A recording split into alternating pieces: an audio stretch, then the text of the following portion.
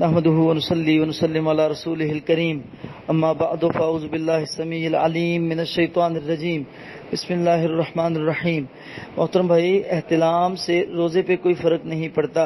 اگر جان بوجھ کے نہ کیا جائے۔ جان بوجھ کے سے مراد یہ ہمارے بہت سارے نوجوان ایسی خباثتوں اور غلاظتوں میں ملوث ہیں کہ جس کی وجہ سے وہ جان بوجھ کے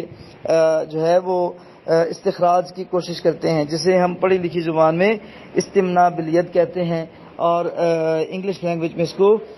ہینڈ پریکٹس سے جو ہے وہ مشابہ کیا جاتا ہے اور اس کا جو ہے وہ نام رکھا گیا۔ تو اس طریقے سے اگر کوئی کرتا ہے پھر تو روزہ ختم ہے، پھر روزہ خراب ہے، پھر تو لہذا اس پہ جرمانہ ہی پڑتا ہے، تو وہ اس کا ازالہ کرے، اور یہ سخت ترین گناہ ہے۔ لیکن اگر سویا کوئی شخص اور اس کو جو ہے وہ احتلام ہو گیا تو ایسے میں کوئی کیفیت نہیں ہے، کوئی گناہ نہیں ہے، وہ اٹھے اور اس کے بعد وہ غسل کرے۔ غسل جنابت وہی ہے جو عام روٹین میں کیا جاتا ہے، وضو کیا جاتا ہے، وضو کرنے سے پہلے اپنے جسم کو مخصوص اعضاء کو اچھی طرح دھو لیا جاتا ہے، دھو لینے کے بعد وضو کرنے کے بعد 3 دفعہ سر پہ پانی ڈالنا ہے، 3 دفعہ پوری جسم پہ پانی بہانا ہے، آپ کا غسل مکمل ہو گیا۔ بارک اللہ فیک۔